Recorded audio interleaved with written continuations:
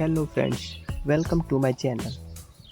Today I am going to show you a very unique and creative spinner. Friends, this is not a normal spinner that you buy from the market. I made this spinner myself. This spinner is very special.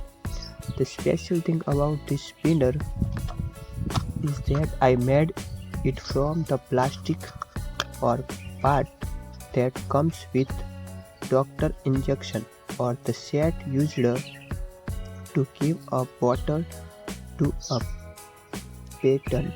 Usually people throw such a thing away after use, but if we think creatively, we can make something useful and interesting them. I like making new and creative things, so I thought of making a spinner from this plastic part. First I shaped and arranged it properly, and slowly the spinner was ready. To make the spinner look attractive, so I thought you making a spinner from this plastic. To make the spinner look more attractive, I wrapped red tape. So I wrapped red tape on it and also added some black color. Because of this it looks more stylish and interesting. Now the spinner looks very nice and it also spins very smoothly. You saw the spinner.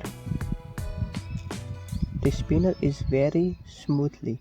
When I spin it my hand, it feels very fun to play with.